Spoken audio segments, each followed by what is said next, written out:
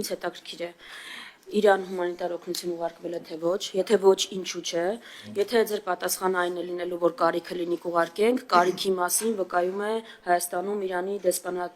դեսպանության հայտարարությունը։ Եթե ոչ, ինձ հետաքրքիր է ինչու է այս խտրական մոտեցումը, երբ Թուրքիայում երկրաշարժի պայմաններում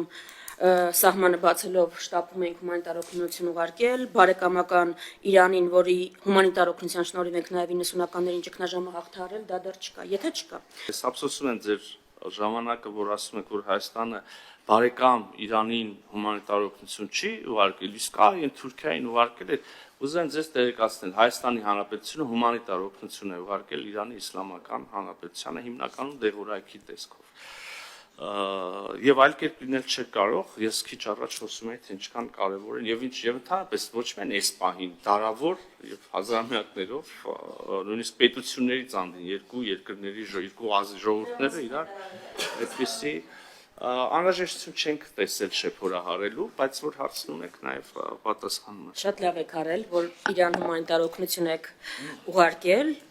ապրեք։ Լավ կլիներ հրապարականեցնեք, հարցը չէր առաջանա արդեն։ Հարգելի լրագրողներ, ուշադրություն դարձրեք, ընդդիմությունը գնահատում է կառավարությունը։ Հա, պետք է անել բայց չեմ հասկանում էլ տարբերակված մոտեցումը, որ այս մասը հրապարակայնացված չէր, որ մենք, այսինքն այդ հարցը առաջացել էր եւ այսպես հարց ու պատասխանին պարզվեց, բայց ինչևէ լավ է։